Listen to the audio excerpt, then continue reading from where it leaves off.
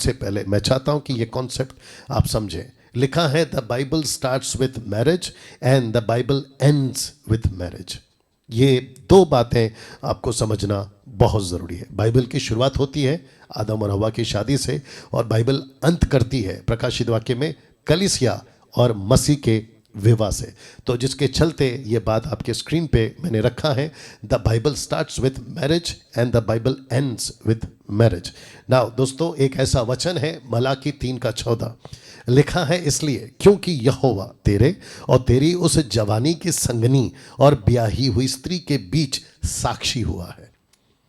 वाह, जिसका तूने विश्वासघात किया है। तो लिखा है बीच साक्षी हुआ है, तो इसका मतलब है कि परमेश्वर को विवाह, परमेश्वर को शादी, मैरिज परमेश्वर की नज़र में बहुत बहुत प्रथम इंपॉर्टेंट है। तो जिसके चलते जो पति पत्नी अभी मुझे देख रहे हैं, अगर आपने पति ने या पत्नी ने तलाक देने का दिमाग में शब्द लाया है, ये स्लाइड आपको मदद करे वापस अपने मैरिज को रिस्टोर करने के लिए। मुझे नहीं पता कि हिंदी कितने देश में कहाँ कहाँ अभी आप लोग मुझे सुन रहे हैं, मैं नहीं जानता, लेकिन मैं चाहता हूँ कि आपका विवाह ना टूटे, क्योंकि आपके विवाह के बीच में साक्षी, विटनेस अगर कोई था तो वो आपके कोर्ट का वकील नहीं था, या वहाँ का जज नहीं था, चर्च का पादरी नहीं था, परमेश्वर खुद था। जिसके चलते आपके बीच में मलाकी 3:14 मैंने रखा है, मलाकी चैप्टर 2 वर्स 14 आपके बीच में रखा है। ना दोस्तों, क्या आप जानते हैं परमेश्वर इजरायलियों को अपनी पत्नी कहता था, और नए नियम में लिखा है यीशु कलीसिया को दुल्हन कहता था। क्या इस बात से आप वाकिफ थे? अगर नहीं थे, आज आपके दिमाग में ये बात को लेकर आए। तो जितने अभी वीडियो को देख रहे हैं, मैं आप सभी को बता दूं कि ओल्ड टेस्टमेंट में इजरायलियों को परमेश्वर पत्नी कहता था, न्यू टेस्टमेंट में कलीसिया को दुल्हन कहता था। तो पुराने नियम की इजरायली पत्नी, नए नियम की कलीसिया दुल्हन। न्यू टेस्टमेंट में परमेश्वर ने, यीशु ने, पौलुस ने, पतरस ने, फिलिप ने, एंड्रू ने, किसी ने भी कभी नहीं कहा कि कलीसिया पत्नी है। ओल्ड टेस्टमेंट में मूसा ने, अब्राहम ने, नबियों ने, प्रॉफिट्स ने, किसी ने भी 4 मेजर प्रॉफिट्स हैं और 12 माइनर प्रॉफिट्स हैं, इन्होंने कभी नहीं कहा कि इजरायली दुल्हन है। साफ लिखा है इजरायलियों को पत्नी, कलीसिया को दुल्हन। तो जिसके चलते मैं चाहता हूं कि आपके बीच में मैं जल्दी से ये बात को रखूं कि कलीसिया, माफ करना, इजरायलियों को पत्नी कहां कहां कहा गया है। यशायाह की किताब उसका 54:5, आइए पढ़ते हैं। क्योंकि तेरा कर्ता, तेरा पति, शब्द को ध्यान देना, तेरा पति, उसका नाम सेनाओं का यहोवा है, इजरायलियों का पवित्र, तेरा छुड़ाने वाला है, वह सारी पृथ्वी का भी परमेश्वर कहलाएगा।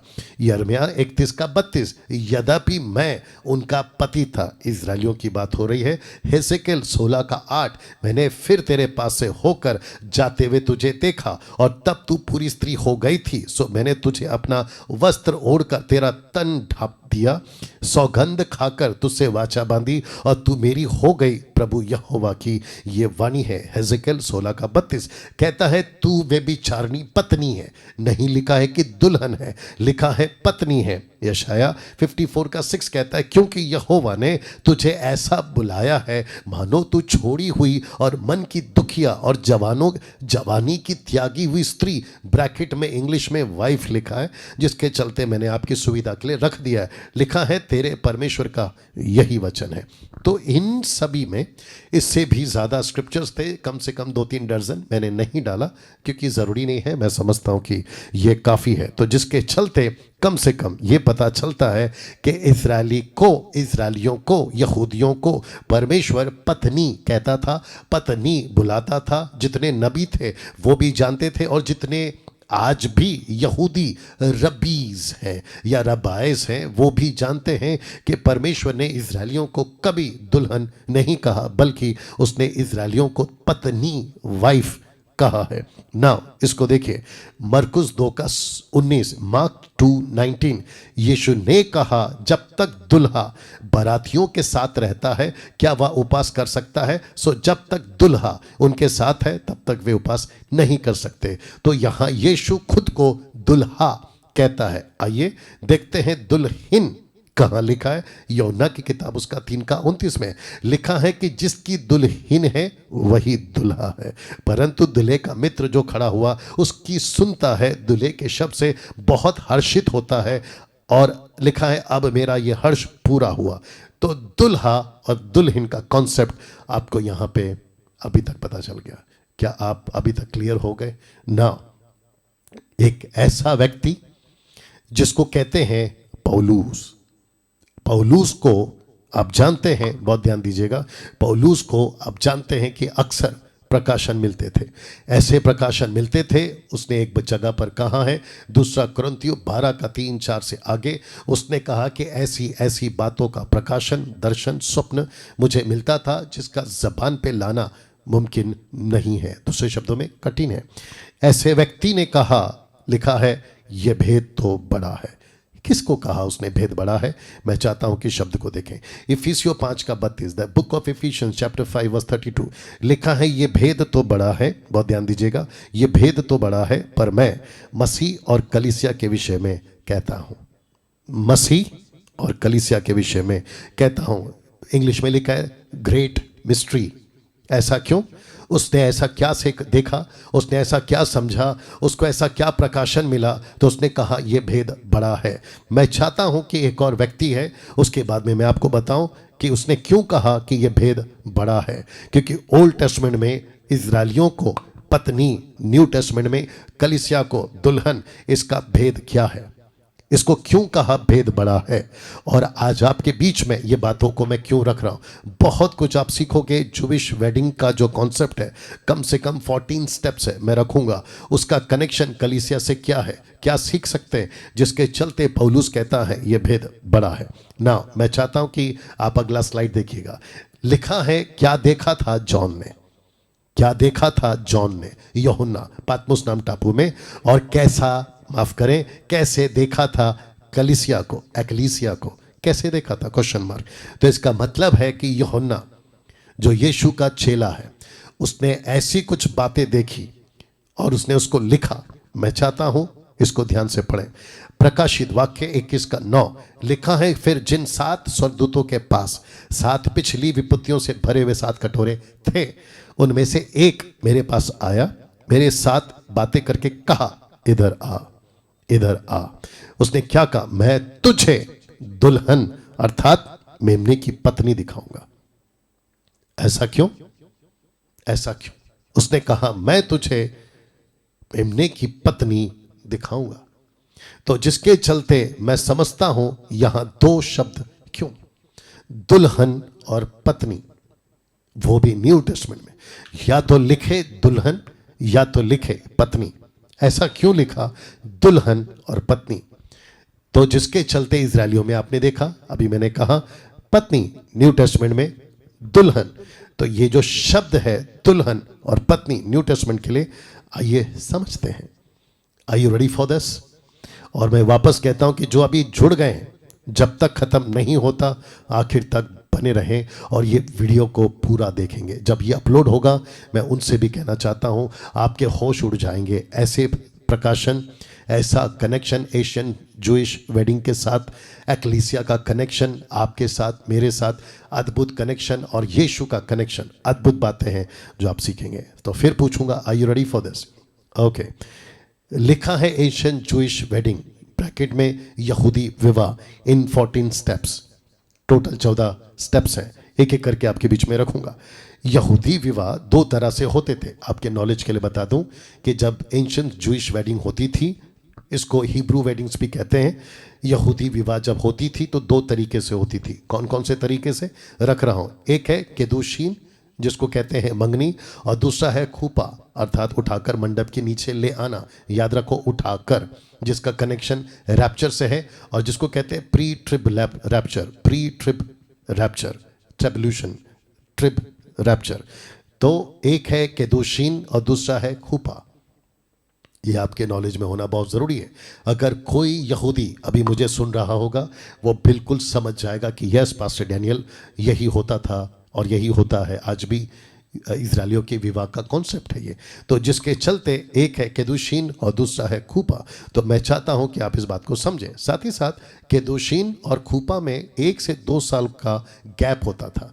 अब आप जानते हैं, क्योंकि मैंने वो कॉन्सेप्ट यहाँ नहीं रखा है कि परमेश्वर के यहाँ 1 दिन 1000 दिन के बराबर है और 1000 दिन 1 दिन के बराबर है। तो 1 से 2 साल आप काउंट कर सकते हैं कि यीशु को गए ऑलमोस्ट 2 साल हो चुके हैं, दूसरे शब्दों में पार हो चुका है। तो इस जूविश वेडिंग कॉन्सेप्ट के हिसाब से अगर हम यीशु को दुल्हा माने और कलीसिया को दुल्हन माने, जो कि मैं रखूंगा, तो यीशु का आने का वक्त ऑलमोस्ट तय हो चुका है। इसको कह सकते हैं कि यीशु कभी भी आ सकता है अपनी दुल्हन के लिए, ब्राइड के लिए। पास्टर डैनियल, अगर 2 साल, माफ करना, 2000 साल पूरे हो गए हैं जूइश के हिसाब से, वेडिंग के हिसाब से 2 साल, तो फिर यीशु अभी तक आया क्यों नहीं है? आप शायद नहीं जानते हैं, क्योंकि परमेश्वर चाहता है कि हर एक व्यक्ति का उद्धार हो। इसलिए लिखा है कि वो धीरज रखा हुआ है, वो वेट कर रहा है। और पहला थिस्सलुनीकी उसका 2 अध्याय वचन 7 से आगे पढ़ोगे या 5-6 से आगे भी पढ़ोगे, कहता है कि एक वस्तु उसको रोक रही है। वो कौन है? पवित्र आत्मा। एक वस्तु उसको रोके रखा है, कौन है वो? सुसमाचार। और मत्ती 24:14 कहता है कि जब तक सुसमाचार, गवाही पूरे जातियों में ना हो जाए, तब तक वो रोके रहेगा या मसीहा नहीं आएगा। तो इसका मतलब ये नहीं है कि 2000 साल हो गए मसीहा नहीं आएगा। जी हाँ, वो ज़रूर आएगा, लेकिन वो धीरज रखा है ताकि सबका उद्धार हो। अभी आप जो मेरा हिंदू, मुस्लिम, पारसी, बौद्धिस्ट, जैन, आप जो भी देख रहे हैं, आपके लिए अभी भी मौका है जब मैं ये बात कर रहा हूँ, क्योंकि अभी तक यीशु नहीं आया, ईसा अलैहिस्सलाम अभी तक नहीं आया, ईसा मसीह अभी तक नहीं आया, यशुवा अभी तक नहीं आया, जीसस अभी तक नहीं आया, यीशु अभी तक नहीं आया। और वो जब तक नहीं आता तब तक मौका है, आप बच सकते हैं। बहस ना करें, डिबेट्स पे ना जाएं, ये क्यों, वो क्यों, ये गलत, ये सही, इस पे ना जाएं, केवल जान बचाएं। दूसरा, दुल्हन कैतुबा के अनुसार कॉन्ट्रैक्ट साइन करती थी। कैतुबा के अनुसार कॉन्ट्रैक्ट साइन करती थी, जिसको मैं जल्दी से रखूंगा। आइए शुरू करते हैं इस यहूदी विवाह के 14 स्टेप्स को। तो सबसे पहला लिखा है स्टेप नंबर 1। अब यहाँ से मेरा जो स्टडी है और इसकी जो प्रकाशन है, कनेक्शन है, रेवलेशन है, ये थोड़ा डीप में जाएगा। मैं चाहता हूँ कि आप लोग खूब शेयर करें और वॉच पार्टी करते रहें, और उम्मीद करता हूँ कि सबको ठीक से आवाज़, वंडरफुल, आवाज़ भी ठीक से आ रही है। चलिए, तो स्टेप नंबर 1, दुल्हन का चुना जाना। जी हां, दुल्हा दुल्हन को चुनता है। मैं कुछ एग्जाम्पल्स आपके बीच में रख रहा हूं। जेकब एंड रेचल, याकूब और राहेल। दूसरा है Samson chooses. Samson 14th chapter में, द बुक ऑफ जजेस में, सैमसन ने जाकर फिलिस्तीन महिला को चुना और उसने कहा कि मैं इससे विवाह करूंगा। यह बात आप जानते हैं कि परमेश्वर का योजना था कि फिलिस्तीनियों को कैसे खत्म करें, उन दिनों की बात हो रही है। साथ ही साथ तीसरा एग्जाम्पल, एलियाजर एंड रबेका। आप जानते हैं एलियाजर और रबीका, 10 ऊंटों को पानी पिलाने का शर्त, मुझे पानी पिलाने का शर्त। और फिर उसके बाद में एलियाजर जाकर चुनता है अब्राहम के बेटे इसहाक के लिए। और उसके बाद में हम देखते हैं कि ये सारे लड़के, यहूदी लड़के चुनते थे अपनी अपनी दुल्हन को, जिसके चलते आज भी और तब भी ये होता था कि यहूदी लड़का जाता था मार्केट में, जहाँ पे यहूदी होते थे उन दिनों में, एंशियंट डेज में, जाते थे, लड़कियों को चुनते थे, और जब लड़की पसंद आ जाती थी तो लड़की के बाप के पास जाते थे, बात को तय करते थे। लड़के का दूल्हा, दूल्हे का पिता मतलब, वो भी जाता था, 2 परिवारों का मिलन होता था, उनके बीच में डिस्कशन होती थी। तो ऐसे करके सबसे पहला दुल्हा जो है, या तो दूल्हा चुनता था, या तो पिता चुनता था, या पिता का जो नौकर है एलियाजर वो चुनता था, जिसके चलते ये चित्र आपके बीच में मैंने रखा है। तो ये पहला कदम होता था। लिखा है दुल्हा चुनता था दुल्हन को। तो दुल्हन का चुना जाना। प्रश्न उठता है, स्टेप 1 का कनेक्शन एक्लीसिया से कैसे? क्योंकि एंशिएंट जूइश वेडिंग का कनेक्शन एक्लीसिया मतलब कलीसिया से मैं दे रहा हूं। तो इसका कनेक्शन क्या है? Are you ready for this? लिखा है यूहन्ना 15:16, लिखा है तूने मुझे नहीं चुना परंतु मैंने तुझे चुना है। आप जब बाइबल पढ़ते थे कि आई हैव चोजन यू, मैंने तुझे चुना है, तब शायद आपको कनेक्शन नहीं पता चला होगा। बट आज वेडिंग जो जूइश एंशिएंट जूइश वेडिंग है, उसको जब कहते हैं कि यहूदी लड़का यहूदी लड़की को चुनता है, ये बाइबल में क्यों रखा मूसा के द्वारा ओल्ड टेस्टमेंट में, जिसको पौलुस कहता है ये भेद बड़ा है, तो यीशु भी उसी पैटर्न में, उसी लैंग्वेज में, उसी तरीके से बात करता है। कहता है कि मैंने भी तुझे चुना है ताकि कलीसिया को, एक्लीसिया को मैं अपनी दुल्हन बनाऊं। कैसा लगा दोस्तों? ये है नंबर 1। नाउ मैं चाहता हूं कि पौलुस ने और भी क्या कहा इसी चुनाव को लेकर। कहता है पहला थिस्सलुनीके 1:4 में, और हे भाइयों, परमेश्वर के प्रिय लोगों, हम जानते हैं कि तुम चुने हुए हो। क्या अद्भुत है नहीं? पौलुस को भी पता था कि कलीसिया, जिसको मैंने वचन सुना है, महाराष्ट्र की कलीसिया, आपके भारत के 29 राज्य की कलीसिया, भारत के बाहर जो लोग अभी मुझे सुन रहे हैं, आप यीशु की कलीसिया हैं। और वचन कहता है कि उसने, किसने? पिता परमेश्वर के पुत्र यीशु ने आपको चुना है। क्यों? ताकि आप उसकी दुल्हन बन सके। लिखा है यूहन्ना 2:17, तब उसके चेलों को स्मरण आया कि लिखा है, जरा शब्द पे ध्यान देना, तेरे घर की धुन मुझे खा गई, तेरे घर की धुन मुझे खा गई। इसका मतलब क्या है? जब स्टेप्स 2 पे मैं आऊँगा, आप और भी इसको जो है समझ पाओगे कि यीशु मसीह पागल हो गया था अपने चुने हुई एक्लीसिया के लिए। यीशु दीवाना हो गया था अपने चुनी हुई एक्लीसिया के लिए। यीशु मसीह ने कहा चाहे कुछ भी हो जाए मैं उसको चुन कर रहूँगा। और उसने कहा कि मैं पिता के सिंहासन को त्यागता हूँ, परमेश्वर के पद को त्यागता हूँ। इसलिए तो लिखा है ना फिलिपियों की किताब 2:5 में, कहता है कि वो परमेश्वर होकर भी शून्य बन गया और मनुष्य का रूप धारण किया। और कहता है कि वो पापी बन गया, जबकि वो पाप नहीं करता था, नहीं करता था। तो लिखा है तेरे घर की धुन मुझे खा जाएगी। स्टेप नंबर 2, यहूदी एंशिएंट जूइश वेडिंग के हिसाब से क्या होता था? लिखा है कि दुल्हन की कीमत चुकाना, दुल्हन की कीमत चुकाना।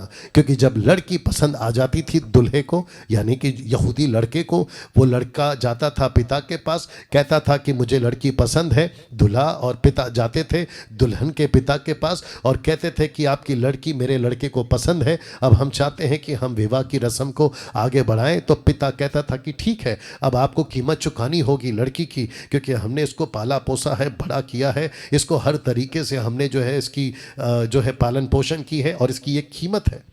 उन दिनों में लड़का देता था लड़की की कीमत। आजकल डाउरी के हिसाब से या दहेज के हिसाब से आजकल लड़की का पिता देता है लड़के को डाउरी, यानी कि दहेज। लेकिन उन दिनों का सिस्टम अलग था, जिसको कहते हैं कीमत चुकाना, जिसको कहते हैं मोहार। दुल्हन का पिता कीमत तय करता था, कहता था कि साहब आपको मेरी लड़की पसंद है, अच्छी बात है, लेकिन कीमत चुकाओ। और जैसे आप कीमत चुकाओगे आगे का प्रोसेस स्टार्ट होगा। हम आपके लड़के को हमारी लड़की दे देंगे और यहूदी के हिसाब से आप विवाह के जो कैतूबा है उसके हिसाब से कॉन्ट्रैक्ट साइन होगा और हम आगे बढ़ेंगे। तो लिखा है कि दूल्हे का पिता और दुल्हा कीमत मान लेते हैं और दुल्हा कीमत चुकाता है। दुल्हा कीमत चुकाता है, कहता है कि पिताजी वो लड़के का बाप, माफ करना, लड़की का बाप यानी पिता जो भी कीमत चुकाए दे देना और मैं उसके लिए कीमत चुकाने के लिए तैयार हूं।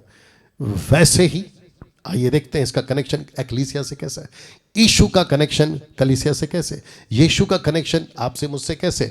तो लिखा है पहला कुरिन्थियों 6:19-20 में, क्या तुम नहीं जानते कि तुम्हारी देह पवित्र आत्मा का मंदिर है जो तुम में बसा हुआ है, तुम्हें परमेश्वर की ओर से मिला है। अब जरा शब्द को देखना, तुम अपने नहीं हो। जिस दिन यहूदी लड़का यहूदी लड़की को कीमत चुका देता है उस दिन से वो लड़की खुद की नहीं रहती।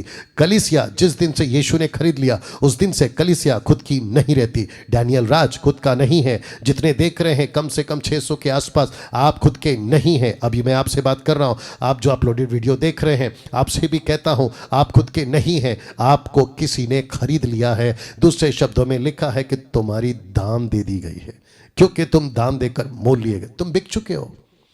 जब एक व्यक्ति बिक चुका है मसीह के हाथों, और आपको बता दूं मसीहा ऐसा दुल्हा है, यहूदी लड़का है ईसा मसीह, क्योंकि यीशु मसीह व्यवस्था के अधीन पैदा हुआ, यहूदियों के बीच में पैदा हुआ, लेकिन उसने कहा कि मैंने तुमको खरीदा है। तो जो भी मेरा भाई बहन लड़का लड़की देख रहा है, मैं आपको बता दूं आपकी कीमत चुकाई गई।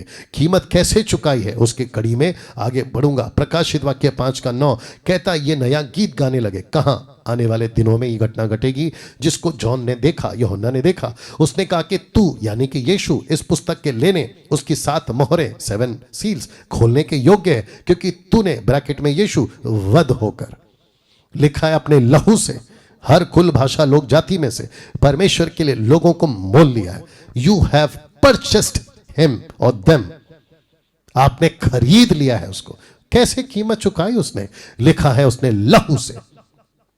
ये चित्र देखिए साहब, आपको पता चलेगा ना तो यूरोप की करेंसी चुकाई गई, ना अमेरिका की डॉलर की कीमत दी गई, ना भारत की करेंसी दी गई, ना सोना चांदी दिया गया, ना किसी जानवर का खून दिया गया, बल्कि लिखा है कि उसने दुल्हन यानी एक्लेसिया की कीमत ऐसे चुकाई। क्या आप इस बात से वाकिफ थे? क्या आप इस बात से वाकिफ थे? यीशु ने आपकी कीमत चुकाई है। और यह वचन कहता है जगत के उत्पत्ति के समय से वो घात हुआ है। जगत के उत्पत्ति के समय से वो घात हुआ है। मैं आप लोगों से अभी बात कर रहा हूं। आप कहते हैं ना कि पास्टर डैनियल मुझसे ये पाप नहीं छूट रहा, उल्टी सीधी वीडियो मुझसे नहीं छूट रही। अब बताइए, आप खुद के हो नहीं, कीमत किसी ने चुकाई है। आप खुद के हो नहीं, आप किसी के हो। और जब आप किसी के हो तो आप उसके हो जिसने आपकी कीमत चुकाई है। तो अपनी मनमानी कैसे कर सकते हैं? आप अपना मन चाहत जीवन कैसे जी सकते हैं? गर्लफ्रेंड बॉयफ्रेंड का चक्कर, एक्स्ट्रा मैरिटल अफेयर्स, ऊपर से दारू पीना, नशा करना, उल्टे सीधे चीज़ों को करना, थिएटर्स जाना, पिक्चरें देखना, पिक्चरों के गाने को अपने मोबाइल में भर कर रखना और रात भर उसको सुनना। आप ये मसीह जीवन जी रहे हैं जिसने आपकी कीमत चुकाई है? आप बिके हुए हैं जिस दिन से आपने प्रभु को अपना जीवन दिया है। कुछ लोग मुझे कॉल करते हैं और कहते हैं कि पास्टर डैनियल हम प्रभु में तो आ चुके हैं लेकिन पुराना पाप याद आ रहा है। क्यों याद आ रहा है? क्योंकि तुम उसमें जी रहे हो और आपको इस बात का एहसास नहीं है कि आपको किसी ने खरीदा है। और कैसे आत्मिक बातें हैं साहब, आपको समझना होगा। मेरा हिंदू मुस्लिम बौद्धिस्ट बहस मत करिएगा ये क्या चल रहा है। सनातन धर्म वालों बहस मत करिएगा कि ये क्या चल रहा है। ये आत्मिक बातें हैं जो नहीं समझ पाओगे, क्योंकि शारीरिक व्यक्ति तब तक शरीर में वो नहीं समझ पाएगा आत्मिक बातों को। मैं उन सभी से कहता हूं कि जो पाप का जीवन जी रहे हैं मसीह में होकर भी, आपको यह समझना बहुत जरूरी है, आप खुद के नहीं हैं, आपको किसी ने खरीद लिया है। मैं अभी आप लोगों से बातें कर रहा हूं। शराब की लत लग चुकी है आपको, निकलिए बाहर। नशे की लत लग चुकी है, निकलिए बाहर। आप गंदगी की जिंदगी जी रहे, निकलिए बाहर। आपके मोबाइल में उल्टे सीधे फोटोस है, वीडियोस है, डिलीट करिए उसको, निकलिए बाहर। जिसके चलते मैं आज आप लोगों से बात करूंगा। तो लिखा है कि जगत की उत्पत्ति के समय से घात हुआ है। स्टेप नंबर 3 मैं चाहता हूं कि इसको देखें। और लिखा है कि कॉन्ट्रैक्ट साइन करना अकॉर्डिंग टू कैतूबा। कैतूबा, जी जितने यहूदी हैं ये जानते हैं कैतूबा क्या होता है। कॉन्ट्रैक्ट साइन होती थी जी, कॉन्ट्रैक्ट साइन होती थी लड़की की तरफ से लड़के के लिए, और वो साइन करती थी, कहती थी कि मैं लॉयल रहूंगी। दूसरा कहती थी कि मैं पवित्र रहने की आपको जो है कॉन्ट्रैक्ट साइन करती हूं। और जब ये साइन होता था तो इसको कैतूबा को टोटल 7 सील से सील कर दिया जाता था। तो जिसके चलते लिखा है कि कैतूबा सील्ड बाय 7 सील्स, इस तरीके से। और आपको पता होगा प्रकाशित वाक्य 4-5वें अध्याय में जिस बात को लेकर जो बड़ी चर्चा हुई 24 प्राचीनों के बीच और वो सब पवित्र लोगों के बीच, 4 प्राणियों के बीच, उन सभी के बीच जो बड़ी चर्चा चली, मोहर कौन खोलेगा? Who will open the seal? पुस्तक कौन खोलेगा? तब यूहन्ना कहता है एक यहूदा का सींग जिंदा हुआ है, वो खोलेगा। इसका कनेक्शन आपको मिला होगा। मेरा गला थोड़ा सा ठीक नहीं है लेकिन फिर भी आपके बीच में बात करने का अनुग्रह प्रभु ने दिया है। कैतूबा सील्ड बाय 7 सील्स। मैं चाहता हूं कि आप इस बात को समझें ना। आपको पता है कॉन्ट्रैक्ट साइन होती थी या किया जाता था, ये कहां से आया? मैं चाहता हूं कि ये चित्र देख ले। ये सिनाई पर्वत है, माउंट जाइन जिसको इंग्लिश में कहते हैं। ये मूसा है जिसको व्यवस्था मिली थी, जिसको कहते हैं तोरा, और साथ ही साथ 10 आज्ञाएं। तो लिखा है कि यहां उस दिन इजरायलियों ने कॉन्ट्रैक्ट साइन किया था, निर्गमन 24:3। तब मूसा ने लोगों के पास जाकर यहोवा की सब बातें, सब नियम सुना दिए। तब सब लोग एक स्वर से बोल उठे, जितनी बातें यहोवा ने कही हैं इन सब बातों को हम मानेंगे। इसको कहते हैं कॉन्ट्रैक्ट साइन करना। तो ओल्ड टेस्टमेंट में इजरायलियों ने, यहूदियों ने साइन किया था कि हम परमेश्वर की पत्नी बनेंगे, दूसरे शब्दों में हम उसकी बनकर रहेंगे, हम किसी प्रकार के दूसरे देवी देवता, पत्थर, लकड़ी, पता नहीं क्या क्या आराधना नहीं करेंगे जी। और जिसके चलते यहां पर उन्होंने कहा था कि हम कॉन्ट्रैक्ट साइन करते हैं, और परमेश्वर ने कहा ठीक है, अगर तुम कॉन्ट्रैक्ट साइन करते हो, मेरी बात को लेकर चलते हो तो अच्छी बात है, मैं इस शर्त पर तुम्हारे साथ में रहूंगा। और यही चलते परमेश्वर कम से कम 40 साल जंगल में, और उसके बाद में नबियों के आने तक और जॉन द बैप्टिस्ट के आने तक यहूदियों को, इजरायलियों को लेकर चला। बीच में जी हाँ उतार चढ़ाव आए थे, 70 साल की गुलामी नबूकदनेस्सर राजा के दिनों में, दानियल वहां पर था, एजरा के दिनों में वहां पर था। परमेश्वर ने कहा कॉन्ट्रैक्ट साइन किया है, और जिसके चलते मैंने तुमसे वादा किया था कि मैं तुमको प्रोटेक्ट करूंगा। और अब प्रश्न उठता है कि स्टेप 3 का कनेक्शन एक्लीसिया से कैसे, जो कि लिखा है कि उसने कॉन्ट्रैक्ट साइन किया। आइए देखें, लिखा है दुल्हन का, ब्रैकेट में कलीसिया का, रैप्चर होने तक यानी कि उठा लिए जाने तक 2 ही काम होता था। याद रखिएगा कि यीशु एक दिन आएगा जिसको कहते हैं रैप्चर, और वो रैप्चर होगा प्री, मतलब ट्रिब्यूलेशन के पहले, महाक्लेश के पहले। जी हाँ, उसको मैं बता चुका हूं, आगे भी बताऊंगा। तो लिखा है कि 2 ही काम, कौन कौन से रख रहा हूं, तैयार होकर धीरज से इंतजार करना, दूसरा खुद को पवित्र बनाए रखना।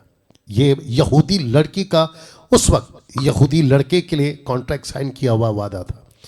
कलीसिया का वादा क्या है यीशु के लिए, प्रभु आज से हमने अपना जीवन आपको दिया। आपने जिस दिन उद्धार पाया था तो आपने क्या कहा था, मैं प्रभु के पीछे चलूंगी, मैं प्रभु के पीछे चलूंगा, मैं संसार के पीछे नहीं चलूंगा, संसार की बातों को त्यागूंगा, जो पाप का जीवन जीता था मैं वहां से बाहर निकलूंगा। लेकिन उसके बाद आपने क्या किया, आपने क्या उस वादे के मुताबिक रहे जो कॉन्ट्रैक्ट आपका साइन हुआ था। एक बार सोच के देखिए, आज जो आप नशा कर रहे हैं कॉन्ट्रैक्ट ब्रेक हो गया, जरा सोच के देखिएगा। अगर कॉन्ट्रैक्ट ब्रेक हो गया यहूदी दूल्हे के हिसाब से, यानी कि यीशु के हिसाब से, वो आपको उठाकर कैसे ले जाएगा, कैसे आप परमेश्वर के साथ में जाओगे, क्योंकि you have broke the contract.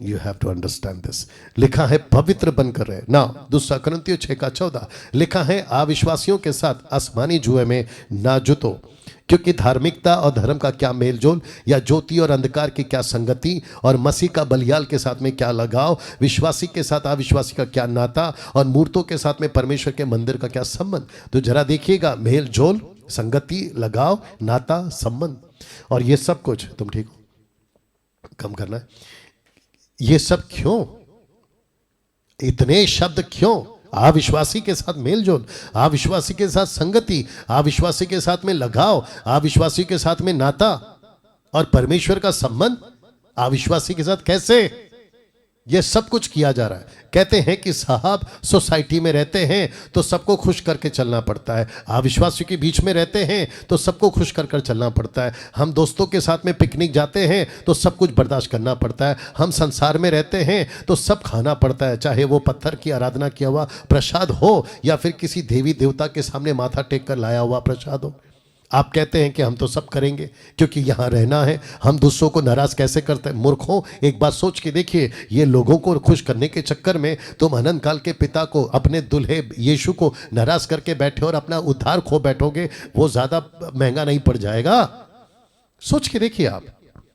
और क्या मूर्खता की हरकतें। मसीह मंथन बैठक में एक लीडर आया था, उसका नाम था राजेश स्टीफन, उसने यही हरकत की थी। उसने कहा कि हम तो खाएंगे और दूसरों को भी सिखाएंगे। हमने उसको गेट आउट कर दिया मसीह मंथन से, हम बर्दाश्त नहीं करेंगे और ना ही आगे भी किया जाएगा। तो जिसके चलते मैं आपको फिर से बता दूं, हम सभी को ना मेलजोल करना है, ना संगति करना है, ना लगाव रखना है, ना नाता रखना है, ना संबंध रखना है संसारिक लोगों से। और आप तो मसीह विवाह में, शादियों पर तो पिक्चर के डीजे बजा लेते हैं आप और कहते हैं हम मसीह हैं। कितने सारे मेनलाइन चर्चेस में जब हम पहले 20 साल जब वर्शिप करते थे तो उन दिनों में हमने सुना है कि उनके बीच में जो प्रतिस्पर्धा होता था सिंगिंग का, पिक्चर के गाने पे भी होता था। और आजकल कितने सारे ऐसे मेनलाइन चर्चेस हैं जहां पर पिक्चर के गाने के ऊपर डांस चलती है। अब आप सोच के देखिए मसीहत जा कहाँ रही है। इस वचन को प्रभु कहता है कि मेरा कॉन्ट्रैक्ट हुआ है तुम्हारे साथ में। यीशु कहता है कि हे कलीसिया, एक्लीसिया, मेरा कॉन्ट्रैक्ट साइन हुआ है पवित्र बनी रहने का, लॉयल बनी रहने का, मेरे साथ में कनेक्टेड रहने का। तुम तो जैसा चाहो वैसा जीवन जी रही हो, मेल जोल रखा हुआ है, संगति रखी हुई है, लगाव रखा हुआ है, नाता रखा हुआ है, संबंध बना के रखा हुआ है। कहता है परमेश्वर, जैसा परमेश्वर ने कहा कि मैं उनमें बसूंगा और उनमें चला फिरा करूंगा, मैं उनका परमेश्वर होऊंगा और वे मेरे लोग होंगे। इसलिए प्रभु कहता है कि निकलो, उनके बीच से निकलो, थिएटर के मूवियों से बाहर निकलो, पिक्चरों के गाने से बाहर निकलो, फेसबुक और यूट्यूब की रील से बाहर निकलो, शराब और नशे की बातों से बाहर निकलो, उल्टे सीधे हरकतें करते हो उसमें से बाहर निकलो, वॉचिंग पॉर्न वीडियोस उसमें से बाहर निकलो। तो जिसके चलते प्रभु कहता है निकलो और अलग रहो। कहता है अशुद्ध वस्तु को मत छुओ तो मैं तुम्हें ग्रहण करूंगा। कैसा लगा? कॉन्ट्रैक्ट साइन हुआ है साहब आपका यहूदी के हिसाब से। और यही तो पौलुस कहता है कि यही तो बड़ा भेद है जो मुझे मिला कलीसिया और मसीह के प्रति। तो आपको नहीं लगता है कि हम सबको इस बात पर ध्यान देना है? इब्रानियों 12:14 जो कि बहुत पावरफुल है, कहता है और उस पवित्रता के खोजी हो जिसके बिना कोई प्रभु को कदापि ना देखेगा। पहला थिस्सलुनीके 4:3 क्योंकि परमेश्वर की इच्छा यह है कि तुम पवित्र बनो। इसका अर्थ क्या है? लिखा है अर्थात व्यभिचार से बचे रहो। आपकी आंखें व्यभिचारी हो गई है 2 पीटर 2:14 के हिसाब से। आपकी आंखें व्यभिचारनी हो गई हैं। आप जब किसी महिला को देखते हो, औरत को देखते हो, औरतें पुरुषों लड़के को देखती हैं तो आपके आंखों में वासना है, क्या कहते हैं, लस्ट है, जिसके चलते आप कई प्रकार की कल्पनाएं करने लगते हैं। आप एक जगह पे बैठे बैठे औरतों को स्कैन कर लेते हैं या लड़कियों को स्कैन कर लेते हैं कि इसने क्या पहना है और क्या नहीं पहना है। ऐसी ऐसी जगहों पर आपकी नजरें जाती है और जबकि बाइबल कहते हैं कि आपका कॉन्ट्रैक्ट साइन हुआ है ताकि तुम पवित्र बने रहो। अब मुझे बताइए, और ये सारी हरकतें हम कर रहे हैं और फिर हम ऊपर से क्या कहते हैं? मसीहा आएगा मुझे उठाकर ले जाए। अरे भाई, आपका तेल खत्म हो चुका है और आपकी बत्ती बुझ चुकी है, आपको एहसास तक नहीं है। अगर ये वीडियो आज का मेरा किया हुआ ये प्रचार आपकी बत्ती जला दे और आपका तेल लौटा दे, मैं समझता हूं इससे बेहतर मेरा कोई और प्रचार नहीं हो सकता। रिपेंट करिए, तौबा करिए, मन फिराइए, मसीहत को मजाक मत बनाइए। झगड़े करते हैं आप, घर पर पत्नी को पीटते हैं आप, ऑफिस में आप चोरियां करते हैं, मनचाहा जीवन जीते हैं, आपको जैसा लगता है वैसे हरकतें करते हैं और आपको लगता है कि प्रभु प्यार करता है, माफ कर देगा। और कुछ मूर्ख प्रचारकों के प्रचार के चलते आपने मसीहा को इतना हल्के में ले लिया है क्योंकि उन्होंने कहा है कि अरे हम तो अनुग्रह के युग में जी रहे, we are living in the grace. Grace ठीक है, but where is the truth? क्योंकि मसीहा के बारे में लिखा है मूसा ने व्यवस्था दी, लेकिन मसीहा के बारे में कहता है अनुग्रह और सच्चाई। तो अनुग्रह ठीक है ना, लेकिन अनुग्रह को सस्ता क्यों बनाया जा रहा है? खबरदार, आप पाप के जीवन में जी रहे हैं, निकलो बाहर। और लिखा है अगर नहीं निकले तो पवित्रता के बगैर, लिखा है देख तक नहीं सकते, देख तक नहीं सकते, नहीं देख पाओगे। किसको? मसीहा को। जब वो आएगा आपको नहीं दिखेगा, सबको दिखेगा जो पवित्रता में जी रहे। जब यीशु रैप्चर के टाइम पे आएगा, जिसको कहते हैं यीशु जब आएगा तो जमीन पे पैर नहीं रखेगा, वो हवा में, इन द एयर, हवा में प्रभु आएगा, बादलों पर आएगा और वो सबको नहीं दिखेगा। लिखा है तुम नहीं देख पाओगे। क्यों? क्योंकि तुम्हारे पवित्रता के आंख नहीं होने के चलते। आंखों में वासना है, आंखों में लस्ट है, आपका जीवन करप्ट हो चुका है, कॉन्ट्रैक्ट कैंसिल हो चुका है, आपकी बत्ती बुझ चुकी है और तेल खत्म हो गया है। या नाउ इसको देखिए, 1 कुरिन्थियों 6:18 कहता है व्यभिचार से बचे रहो। जितने और पाप मनुष्य करता है वह देह के बाहर है, परंतु व्यभिचार करने वाला अपनी देह के विरुद्ध पाप करता है। लिखा है कलीसिया पवित्र बनी रहे। ये वार्निंग, साथ में ये चेतावनी आपको दी जाती है। कहता है कि परमेश्वर ठीक है, पाप को तो वो बिल्कुल बर्दाश्त नहीं कर सकता, लेकिन आपने तो हद पार कर दी है, अपनी देह को आपने जो है व्यभिचार में बदल दिया है। आपको एक बात बताएं, व्यभिचार करने के लिए दुष्ट आत्माएं प्रवोक नहीं करती।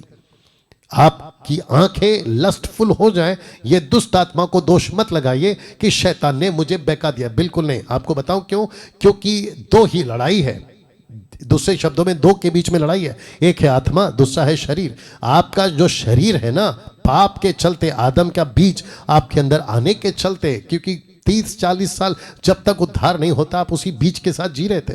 आपकी आंख खुली, आपको एहसास हुआ, गुस्सा आ गया, आपको घमंड है, आपको लालच है, आपके अंदर बुरी बातें, गालियां बकना, सब कुछ। जैसे जैसे बड़े होते हो 20-19 साल के, आपके अंदर आदम का बीज जागना शुरू करता है, फिर बीच में आपको मसीहा मिलता है, लेकिन शरीर तो वही है ना, दिमाग तो वही है ना। आपको क्या करना है? अपने स्वभाव को कन्वर्ट करना है, अपने नेचर को कन्वर्ट करना है, आपको अपनी आदतों को बदलना है मसीह के तरीके से। यही तो लिखा है ना कि मसीह के रास्ते पे चलो, सकरे रास्ते पे चलो, जिसके चलते आपने प्रयास नहीं किया और आपको लगा कि ऑटोमेटिकली सब हो जाएगा। कैसे पॉसिबल है साहब? आपको मेहनत करना है, आपको अपनी चीजों पे कंट्रोल करना है। तो लिखा है इंतजार करना और पवित्र बने रहना यहूदी दुल्हन का, कलीसिया का एक ही वजह से होगा, और वो वजह क्या है? प्रभु के प्रति अपने प्रेम को बढ़ाते रहना। That's it. जितना हो सकता है प्रभु से प्रेम करो। लिखा है यूहन्ना 14:15, यदि तुम मुझसे प्रेम रखते हो तो मेरी आज्ञाओं को मानोगे। 14:23 कहता है, यीशु ने उसको उत्तर दिया, यदि कोई मुझसे प्रेम रखे तो वह मेरे वचन को मानेगा। अब इसको देखिए, प्रेम ही आपको अंत के दिनों में बचाएगा, क्योंकि इतनी बातें आएंगी संसार के अंदर, टेम्पटेशन, प्रलोभन। अभी तो 4G खत्म होकर 5G आ गया साहब। आपका डेटा इतना स्पीड चलेगा, बफरिंग नहीं करेगा अभी आपका मोबाइल, आपका टैब, आपका लैपटॉप। अभी किसी प्रकार का, और कितने सारे प्रोग्राम्स हैं, आपका क्या कहते हैं, रियलिटी शोज़ हैं, आपका बिग बॉस है, और पता नहीं क्या क्या चलता है। और ऊपर से आजकल वेब सीरीज़ भी बनना शुरू हो गई उल्टी सीधी, क्योंकि सेंसर बोर्ड अभी एक जगह पर जब पिक्चर निकलती है तो सेंसर बोर्ड कहीं ना कहीं पे लगाम लगाता है, लेकिन वेब सीरीज़ में कोई लगाम नहीं है साहब। आप इस बात को जानते होंगे।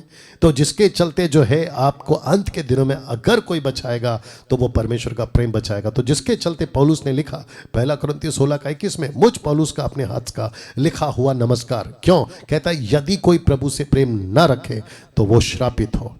श्रापित हो का मतलब क्या पता है? पौलुस को पता था प्रेम नहीं करेगा ये श्रापित हो जाएगा। श्रापित क्यों हो जाएगा? क्योंकि संसारिक हो गया।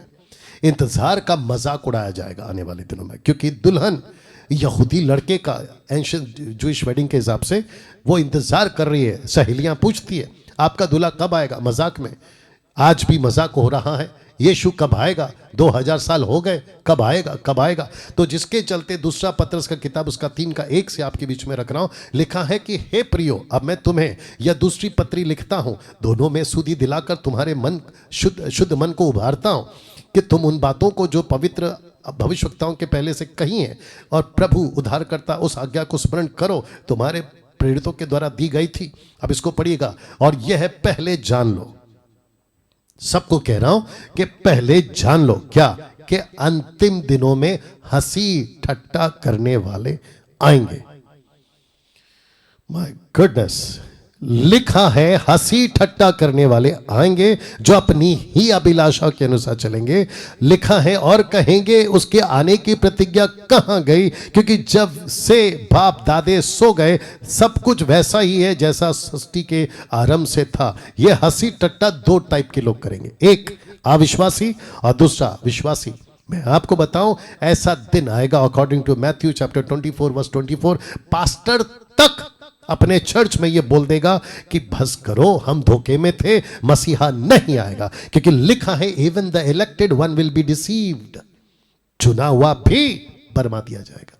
तो लिखा है कि मैं पहले ये बात तुमको लिखता, जान लो कि अंत के दिनों में हंसी टट्टा करने वाले आएंगे, और इसमें कोई दो राय नहीं है कि we are living in the end days. हम अंत के दिनों में जी रहे हैं दोस्तों। तो ऐसी ऐसी बातें आएंगी, अरे कहाँ है मसीहा, नहीं आएगा, और आप पड़ जाओगे ठंडे। लेकिन बचा कौन रहेगा? तो जिसके चलते मैंने यहां पर रखा था कि बचा वही रहेगा जो अंत तक परमेश्वर से प्रेम करेगा, क्योंकि अंत के दिनों में आपको परमेश्वर का प्रेम ही बचाएगा। नहीं तो दोस्त गई भैंस पानी में। स्टेप नंबर 4, मैं वक्त का ध्यान रखूंगा, मेरे साथ में बने रहे। स्टेप नंबर 4, चांदी के ग्लास में दोनों का दाखरस पीना, ये चित्र के मुताबिक, अर्थात विवाह पक्का हो गया। तो यहूदी लड़की और लड़का आपस में चांदी के ग्लास में दाखरस पीते थे। और आप जानते हैं कि यहूदी चांदी के ग्लास में दाखरस पहली बार क्यों पीते थे? क्योंकि चांदी जो मेटल है या धातु है, वो दर्शाता है अकॉर्डिंग टू टबरनैकल छुटकारा को, रिडम्पशन को दर्शाता है। जब टबरनैकल की स्टडी मैं दे रहा था और आगे भी दूंगा और डिटेल में, तो उसमें यही बात आता है। ब्रास है, सिल्वर है और आपका गोल्ड है और फिर लकड़ी, ये कुछ 4 धातु वहाँ इस्तेमाल हुए ना। अब इसका कनेक्शन कलीसिया के साथ कैसे, एक्लीसिया के साथ कैसे? आपको पता है मत्ती 26 का 27 क्या कहता है? फिर उसने कटोरा लेकर, चांदी का कटोरा लेकर धन्यवाद किया, उन्हें देकर कहा तुम सब इसमें से पियो। देखिए, पतरस यहूदी था, यूहन्ना यहूदी था, फिलिप यहूदी था, नतानियल यहूदी था। उनको पता था कि यीशु कर क्या रहा है, क्योंकि यूहन्ना की किताब के 12वें अध्याय या 11वें अध्याय से आगे यीशु मसीह ऊपरी कोठरी पर जा चुके थे, 18वें अध्याय आने तक अकॉर्डिंग टू जॉन। और यीशु वहां पर कहते तैयारी करो। तैयारी में क्या रखें? कहते दाखरस और रोटी। बोला दाखरस किस में रखे? चांदी के गिलास में। तो ये समझ रहे थे कि चल क्या रहा है। यहूदी वेडिंग का कॉन्सेप्ट है ये। जी हाँ, आपने बिल्कुल ठीक सुना। तो यीशु जब ये कर रहे थे कि पियो, तो उनको पता चल रहा था कि यहाँ कोई बड़ा प्रकाशन आ रहा है, यहाँ कोई परमेश्वर हमको अपने लेवल पे ले कह रहा है। क्योंकि ओल्ड टेस्टमेंट में इजरायलियों को कहता था मेरी पत्नी है, और न्यू टेस्टमेंट में कहता है ये तो मेरी दुल्हन हो जो पत्नी बनेगी, मैं रखूंगा आगे, क्योंकि ये वाचा का मेरा वह लहू है जो बहुतों के लिए पापों की क्षमा के निमित्त बहाया जाता है। अब इसको पढ़िए, मैं तुमसे कहता हूं कि दाख का ये रस उस दिन तक कभी ना पीऊंगा जब तक तुम्हारे साथ अपने पिता के राज्य में नया ना पीऊं। इसका मतलब है कि यहूदियों के हिसाब से जब कुदीशीन चल रहा है तो एक पहला प्याला दाखरस का, और फिर उसके बाद में जब खूपा आता है तो दूसरा दाखरस का प्याला। यहां पर दोनों है, केदुशीन भी है और खूपा भी है। ये बात पतरस को पता चल गई थी, ये बात चेलों को पता चल गई थी, और वो जान गए थे कि वाह ये भेद तो बड़ा है। पौलुस ने तो और भी साफ किया ना। स्टेप नंबर 5, दूल्हे के पिता द्वारा दुल्हन को तोहफा दिया जाना, जिसको कहते हैं मतान, गिफ्ट। आप जाकर टाइप कर लीजिएगा, अर्थ होता है तोहफा।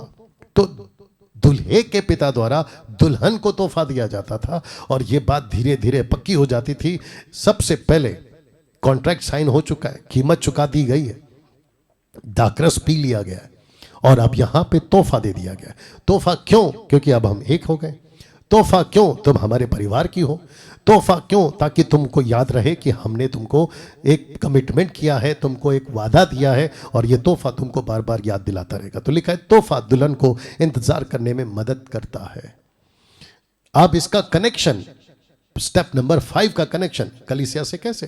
तो लिखा है लूका 24 का 49, देखो जिसकी प्रतिज्ञा मेरे पिता ने की मैं उसको तुम पर उतारूंगा, और जब तक स्वर से ना सामर्थ्य ना पाओ।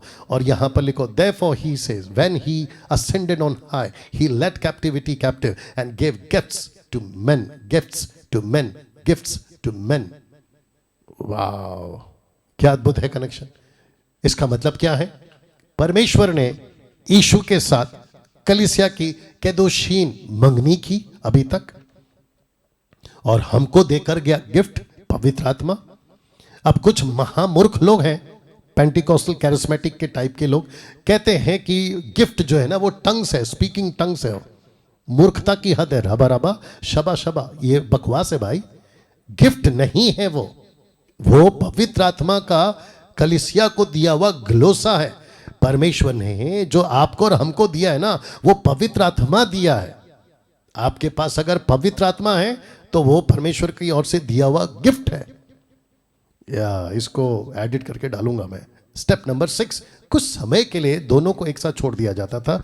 जब लड़का लड़की दाखरस पी चुके होते हैं, कॉन्ट्रैक्ट साइन हो चुका था केतुबा के अनुसार, उसके बाद में गिफ्ट मिल चुका होता है, दोनों परिवार एक हो चुके होते हैं, सब कुछ होने के बाद में कुछ मिनटों के लिए, 5-7 मिनटों के लिए दोनों को छोड़ दिया जाता था कि दुल्हा, यहूदी लड़का यहूदी लड़की से कुछ बोले। और वो बोलता था, और वो कहता था, जिसको लिखा है ब्राइडल चैम्बर। जी हां, तैयार करने का वादा वो यहां करता था। वो कहता था देखो कि दोषीन हो चुका है, मंगनी हो चुकी है, कीमत मैंने दे दी है, दाखरस हमने पी लिया, केतुबा के अनुसार कॉन्ट्रैक्ट साइन हो चुका है, अब मैं जा रहा हूं और तुम्हारे लिए ब्राइडल चैम्बर तैयार कर रहा हूं। आपको बताऊं इसका कनेक्शन कलीसिया के साथ क्या है, देखिएगा। यूहन्ना 14 का, तो मेरे पिता के घर में बहुत से रहने के स्थान है, ब्राइडल चैम्बर। यहां ना, ये यदि ना होते तो मैं तुमसे कह देता, क्योंकि मैं तुम्हारे लिए जगह तैयार करने को जाता हूं, और यदि मैं जाकर तुम्हारे लिए जगह तैयार करूं तो फिर आकर तुम्हें अपने यहां ले जाऊंगा कि जहां मैं रहूं वहां तुम भी रहो। और इसको कहते हैं ब्राइडल चेंबर, ब्राइडल चेंबर। तो यीशु ने कलीसिया के साथ में यह वादा किया था। आप जब यूहन्ना 14:2 पढ़ते हैं, आपकी बत्ती नहीं जली होगी लेकिन अभी जली होगी, आपका दिमाग नहीं ठनका होगा लेकिन अभी ठनका होगा। आपने बोला ओ ये तो यहूदियों के हिसाब से चल रहा है लाइन। तो यीशु कौन था? यहूदी लड़का। कलीसिया कौन थी? यीशु की एक्लीसिया, दुल्हन। मैं इसको अंत में और भी जोर दूंगा इसके ऊपर। नाउ स्टेप नंबर 7 लिखा है, दुल्हन मिकवा स्नान करती थी। मिकवा बात, ठीक है ना? ये यहूदियों का एक रस्म होता था कि जब सब कुछ हो गया, लड़की बाप के घर में है और उसको ये स्नान करना पड़ता था। आइए बात करते हैं 7 स्टेप का कनेक्शन एक्लीसिया के साथ में कैसे। इफिसियों 5:26 बड़े ध्यान से देखिएगा। बपतिस्मा से नहीं जोड़ रहा हूं, जी हाँ बपतिस्मा जरूरी है, लेकिन ये कनेक्शन बपतिस्मा से नहीं है। लिखा है कि उसको वचन के द्वारा जल के स्नान से शुद्ध करके पवित्र बनाए। किसके स्नान से? वचन। आपने कभी सोचा? हमको अभी तक पता था कि वचन रोटी है, वचन पानी है, वचन दूध है, अकॉर्डिंग टू 1 पीटर चैप्टर 2:5। हमको अभी तक ये पता था वचन हथौड़ा है, वचन तलवार है, वचन आग है। लेकिन आपने कभी सोचा कि वचन पानी से नहलाता है आपको? लिखा है ना जल के स्नान से।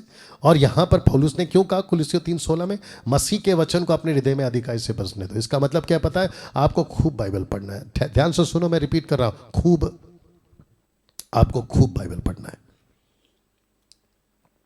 जी हां, अभी तक कैसा लग रहा है दोस्तों? सुबह बाइबल पढ़ो, शाम को बाइबल पढ़ो, रात चलते बाइबल पढ़ो। आपको परमेश्वर के वचन का ज्ञान होना बहुत जरूरी है, और वो भी कॉन्टेक्स्ट में पढ़ो। जी, 8वां स्टेप फिर शुरू होता है दुल्हन का इंतजार, दूल्हे के आने का। और वो लड़की कहती है कि मैं इस वक्त सब कुछ कर चुकी हूं, अब एक ही बात बाकी है, और वो है कब, जिसको कहते हैं शोफार, कब फूकी जाएगी। और जैसे ही फूकी जाएगी मैं उसकी आवाज को सुनूंगी और मैं भागूंगी अपने, क्योंकि इंतजार 1 से 2 साल तक का था। रख रहा हूं। अब 8 स्टेप 8 का कनेक्शन कलीसिया से कैसे। शब्द चेहरे, ये जो चित्र है उसको पहले देख लो। चेहरा ढकना होगा। किसको? इस यहूदी लड़की को। क्यों? मैं रख रहा हूं। ये चुनी हुई है, नंबर 1, कीमत दी गई है, नंबर 2, कैथुबा के अनुसार साइन हो चुका है, नंबर 3, दाकरस पी चुके, नंबर 4, गिफ्ट मिल चुका है, नंबर 5, छठवां स्नान कर चुकी है। जब ये लड़की ये सब कुछ कर चुकी है, आपका उद्धार हो चुका है, आपको पवित्र आत्मा का दान मिल चुका है, आपको पवित्र आत्मा का मंदिर, आपका शरीर बना दिया गया है, आपको 5-fold मिनिस्ट्री दे दी गई है, जिसमें से कोई एक आप कर रहे होंगे, और साथ ही साथ परमेश्वर के दास दासी, बेटा बेटी बनकर आप चल रहे हैं। और फिर आपको संसार को कैसे आप अपना चेहरा दिखा रहे हो? दूसरे शब्दों में, आप संसारी कैसे हो सकते हो? इसको ये लड़की कहती है, मैं अपने चेहरे पे नकाब, अपने चेहरे पे कपड़ा, अपने चेहरे पे मास्क इसलिए लगाई हूं क्योंकि कोई दूसरा यहूदी लड़का मुझे ना देख सके। दूसरे शब्दों में, वो इतनी लॉयल रहती है जिसके साथ उसका कॉन्ट्रैक्ट हुआ है, जिसने उसके लिए कीमत चुकाई है। मैं आपको बता दूं, आपके मसीहा ने आपके लिए अपनी कीमत चुकाई है। फिर मसीहा की कीमत को लेकर आप संसारी कैसे हो सकती है? यही तो मैं बार बार कहते रहता हूं आप लोगों से। कुछ चर्चेस के लोग मुझे पसंद नहीं करते, कुछ पास्टर्स लोग मुझे पसंद नहीं करते। जानते हो क्यों? वो कहते हैं कि डैनियल राज थिएटर जाने से मना करता है, डैनियल राज पिक्चर के गाने सुनने से मना करता है। मूर्खों, अगर ये कॉन्सेप्ट नहीं समझे, आप तो अपना बत्ती बुझा बैठे और अपना तेल सुखा बैठे। आप तो, मैं पसंद इसलिए नहीं आता हूं क्योंकि मेरी बातें सीधी रहती हैं आप लोगों के लिए, और मैं तो समझ गया हूं उद्धार पाने वाले ज्यादा नहीं है, उद्धार पाने वाले बहुत कम है, उंगलियों पे गिने हुए हैं। अगर सुधर सकते तो सुधर जाओ, नहीं तो खत्म। तो दुल्हा कब आएगा, ऐसी चर्चा होती थी दुल्हन से, लड़की से। उनकी सहेलियां पूछती थी कब आएगा, कब आएगा, कब आएगा। और कितने दिन, 1 साल बीत गया, 2 साल बीत गया, अब तो एच पे खड़े, कब आएगा, कब आएगा, तो पूछते थे। तो लड़की कहती थी वही शब्द जब लड़के से पूछा जाता था, कब जाओगे दुल्हन को लाने, कब जाओगे। पढ़िए मत्ती 24:36, कहता है उस दिन और उस घड़ी के विषय में, जब मैं रैप्चर लेने या कलीसिया को उठाने आऊंगा, उस दिन, उस घड़ी के विषय में लिखा है कोई नहीं जानता। शब्द पे ध्यान दीजिएगा, कोई नहीं जानता, ना स्वर्गदूत जो स्वर्ग में रहते हैं, ना पुत्र जो पिता के दाहिनी हाथ में बैठा है, परंतु केवल पिता। तो पिता ने इसको रिवील नहीं किया। यही चीज पूछा था पतरस ने इकट्ठे होकर यीशु से। उन्होंने इकट्ठे होकर से पूछा, हे प्रभु, क्या तू इसी समय इजराइल को राज्य फेर देगा, पत्नी को फेर देगा? उसने उससे कहा, उन समयों या कालों का जानना जिनको पिता ने अपने ही अधिकार में रखा है तुम्हारा काम नहीं है, चुप रहो। और जिसके चलते मत्ती 25 का 31-13 में यीशु कहते हैं, इसलिए जागते रहो क्योंकि तुम ना उस दिन को जानते हो ना उस घड़ी को। अब मुझे बताएं, किसी को पता है? नहीं पता। यीशु को पता है? नहीं पता। यीशु ने ऐसा क्यों कहा? क्योंकि सिर्फ हक यहूदी दूल्हे के पिता के पास यही होता था कि लड़का जिस दिन ब्राइडल चैम्बर तैयार कर चुका होगा, मंडप को सजा चुका होगा आपकी भाषा में, उस दिन बाप कहेगा गो, जाओ लेकर आओ। और फिर तुरी फूकते थे परमेश्वर खुद, जिसको मैं रखूंगा दुल्हन के पास धन्य आशा। वचन रख रहा हूं तीतुस 2:13, टाइटस चैप्टर 2:13 लिखा है, उस धन्य आशा की, अर्थात अपने महान परमेश्वर उद्धारकर्ता यीशु मसीह की महिमा के प्रकट होने की बात जोते रहो, जिसको लिखा है धन्य आशा। आज हमारे पास क्या है? धन्य आशा, जिसको इंग्लिश ट्रांसलेशन कहता है ब्लेसेड होप। आपके पास में ब्लेसेड होप होना चाहिए, मेरे पास में ब्लेसेड होप होना चाहिए। यहां पर केदोशीन मंगनी खत्म और शुरू होता है कूपा। जी हां, कूपा शुरू होता है। दोनों रस्मों के बीच 1 से 2 साल का अंतर होता था, जो मैं आपको बता चुका हूं। यहां एक्लीसिया के साथ केदुशीन कर चुका है, यीशु एक्लीसिया के साथ केदुशीन कर चुका है। यहूदियों का पार्ट 1 केदुशीन खत्म हो चुका है। यीशु आ चुके हैं, कीमत चुका दी गई है, उसने हमको चुन लिया है, पिता ने हमारे साथ में कॉन्ट्रैक्ट साइन करवा लिया है, हमने भी कॉन्ट्रैक्ट साइन कर लिया। केतुबा के अनुसार पिता ने गिफ्ट दे दिया पवित्र आत्मा के रूप में, हमको वचन दे दिया स्नान करने के लिए, और हम जो है अभी परमेश्वर के आखिरी स्टेप पे उसका इंतजार कर रहे हैं। अब सिर्फ कूपा बाकी है, सिर्फ कूपा बाकी है। तो यहां से शुरू होता है कूपा, और जिसको कहते हैं ब्राइडल चैम्बर, क्योंकि रेडी हो चुका है। स्टेप नंबर 9, दुल्हे का बाप पिता कहता है दुल्हन को ले आओ, दुल्हन को ले आओ। लड़के का बाप यहूदी Asian Jewish, according to Asian Jewish marriage के हिसाब से, वेडिंग के हिसाब से, दुल्हे का बाप कहता है दुल्हन को ले आओ। तो दूल्हा क्या करता है? ऐसा शोफार फूकता है, और जैसे ही शोफार का शब्द लड़की दुल्हन के हाथ कानों में, यहूदी लड़की के कानों में पड़ता है, दुल्हन से मिलने भागती है। चित्र देख लो। बट उसके पहले मैं चाहता हूं कि उनका एक रस्म होता था या तरीका होता था कि दुल्हा आकर शोफार क्यों बजा पाया, और उसको शोफार बजाने का सिग्नल कहाँ से मिलता था। दूसरे शब्दों में उसको कैसे यकीन हो गया कि ये लड़की, क्योंकि लड़का तो दूल्हे के बाप के घर में है, मतलब दूल्हा अपने बाप के घर में, अपने घर में, उसको कैसे पता चला कि ये मेरा इंतज़ार कर रही है, ये लड़की लॉयल है, पवित्र है? उसका एक रीज़न होता था, और उसको देखता था, फिर शोफार बजाते थे। ये है लैंप, लाइट। तो दुल्हन को रोशनी जलाए रखना होता था, खास करके रात में। तो ये क्या करती थी? अपने दिए को, आपको पता होगा ना मत्ती 25 में, अपने दिए की रोशनी को इतना लाउड रखती थी, तेज रखती थी कि दूल्हे को दूर से दिख जाए। जिसके चलते क्या चाहिए होता था? तेल। तो रोशनी कब आएगी? तेल। आपके जीवन में रोशनी कब आएगी? पवित्र आत्मा, जो आपको गिफ्ट के रूप में मिला हुआ है। वाह! आपको अपने पवित्र आत्मा को, माय गुडनेस, सुनो आजकल क्या कहते हैं कुछ प्रचारक लोग, कहते हैं कि आपको भरते रहना है, भरते रहना है। भरते रहना नहीं है, आपको भरे रहना है। एक होता है भरते रहना है, दूसरा होता है भरे रहना है। अब आपको पता है ये जो ग्लास है ना, ये एम्प्टी है, इसको अगर खाली है ना तो इसको कहते भरो। लेकिन अगर यही ग्लास में मैं पानी भर दूं तो फिर मैं कहूंगा देखो भरे रहना। तो एक होता है, ये लोग कहते भरो, यीशु कहते भरे रहो। माय गुडनेस, कैसा लग रहा है? आपको बार बार ठपाक ठपाक नीचे गिरने की जरूरत नहीं है, क्योंकि पवित्र आत्मा आपको ऑलरेडी दे दिया गया, गिफ्ट आपको दे दिया गया। गिफ्ट नहीं दिया होता तो आपका केदुशीन कैसे खत्म हुआ साहब? कूपा कैसे स्टार्ट हो गया? आपको पवित्र आत्मा मिल चुका है, आपके अंदर है, दैट्स इट। केवल भरे रहो। तो जितना खुद को भरे रखोगे ना, उतना आपकी रोशनी तेज होगी। आपको बार बार नीचे जाके पादरी के हाथ में या रेवरेंड और अपोस्तल और बिशप के हाथ से आपको बार बार प्रार्थना नहीं करना है कि भर दो भर दो भर दो। और वो तो गाना मत गाया करो भाई। कुछ वर्शिपर्स आजकल थोड़ा सा पागल हो गए हैं कि अग्नि आ रही है, बारिश उतर रही है, परमेश्वर का आत्मा भेजा जा रहा है। क्या पागल के जैसा आप लोग गाना गा रहे हैं? थोड़ी सी भी अकल लेकर आइए, अकॉर्डिंग टू स्क्रिप्चर मैच करके देखो। पवित्र आत्मा आपको ऑलरेडी दे दिया गया है। तो ये 50 बार, अच्छा कुछ चर्च के लोग ऐसे भी हैं, सुबह सुबह उठते हैं, अपने घर पर टेप लगा देते, या तो गाड़ी में आपका पेन ड्राइव के थ्रू आप लगा लेते हैं, कहते हैं कि अब अग्नि आ रही है, अग्नि आ रही है। तो जो पवित्र आत्मा पहले से, उसका तो आपने अपमान कर दिया ना साहब। इसके ऊपर और बात करूंगा फिर कभी। तो रोशनी जलाए रखना पड़ता था। याद रखिए, यहूदी दूल्हा रात में ही आता था दुल्हन को लेने। जी, रात में ही आता था, किसी को ना पता चले। ये रस्म था, ये तरीका था यहूदी जूइश के हिसाब से, ये तरीका था। और वो आता था, उठा कर ले जाता था। तो जिसके चलते लिखा है कि आधी रात को धूम मची, देखो दूल्हा आ रहा है, उससे भेंट करने के लिए चलो। इसलिए जागते रहो, क्योंकि तुम ना उस दिन को जानते हो ना उस घड़ी को जानते हो, जो कि मैं बता चुका हूं। अब स्टेप 9 का कनेक्शन एक्लीसिया से कैसे? इसलिए जागते रहो, क्योंकि तुम नहीं जानते कि तुम्हारा प्रभु किस दिन आएगा। परंतु ये जान लो कि यदि घर का स्वामी जानता होता कि चोर किस पहर आएगा, तो जागता रहता, अपने घर में सेंध लगने ना देता।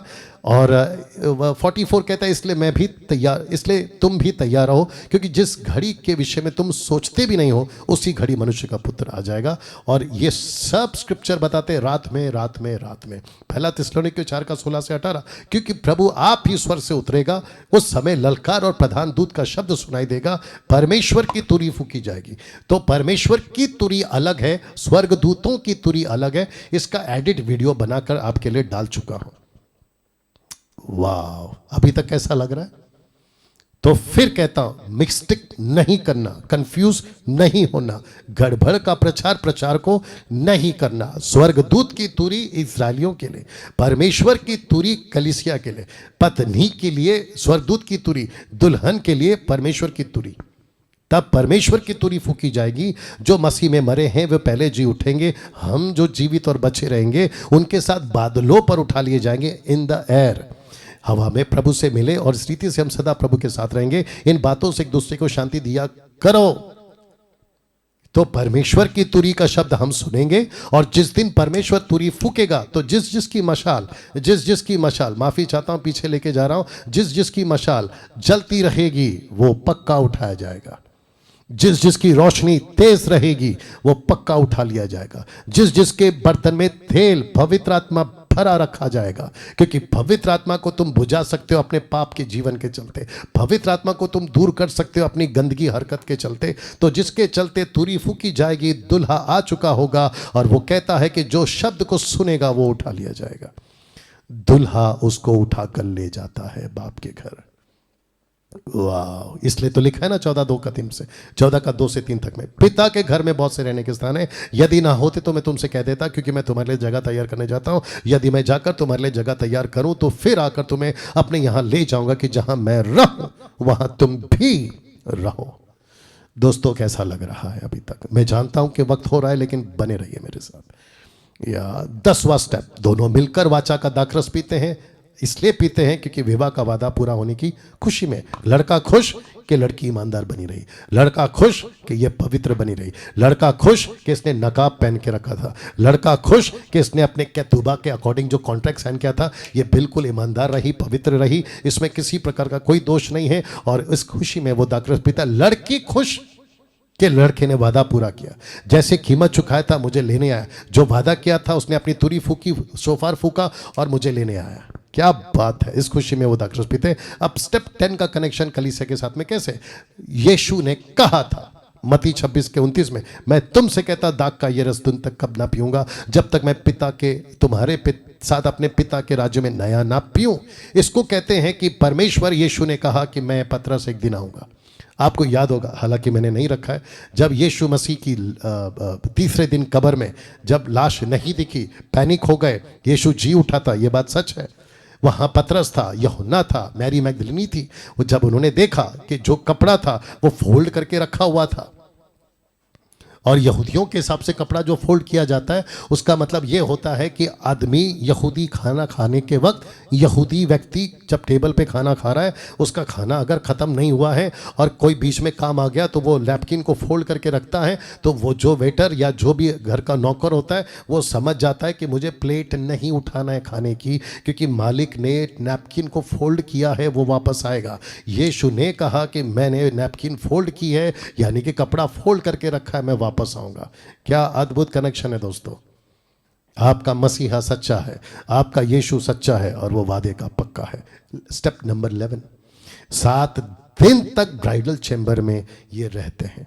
किसी को नहीं पता, किसी को नहीं पता दूल्हा कहां गया, किसी को नहीं पता दुल्हन कहां गया। और यही होगा रैप्चर के दिन, जब कलीसिया उठा ली जाएगी। प्री रैप्चर जिसको कहते हैं, pre trib rapture, tribulation rapture, किसी को नहीं पता होगा। न्यूज़ वाले परेशान, मीडिया वाले परेशान, पॉलिटिशियंस परेशान, पुलिस परेशान, मिलिट्री, आर्मी, नेवी, एयरफोर्स परेशान, व्हाट्सएप पे हंगामा, यूट्यूब पे हंगामा, फेसबुक पे हंगामा, पड़ोसियों पे हंगामा, रिश्तेदारों में कॉल्स जा रहे हैं, कहाँ गया अनीता, सुनीता, कविता, राकेश, मुकेश, अनिल, सुनील, सलमान, सलीम, कहाँ हैं ये लोग?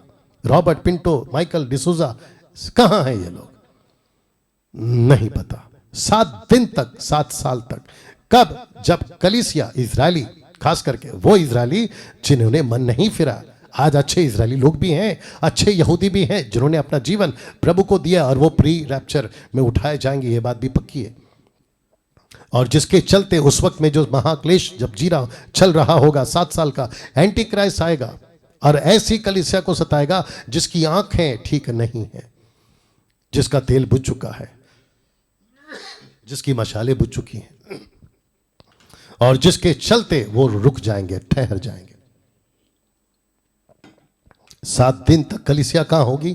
जिसको कहते हैं बादलों पर आएगा और कलीसिया उठाई जाएगी यीशु के साथ। किसी को भी नहीं पता होता है जब यहूदी दूल्हा दुल्हन को लेके जाता है। अब इसका कनेक्शन एक्लीसिया से कैसे?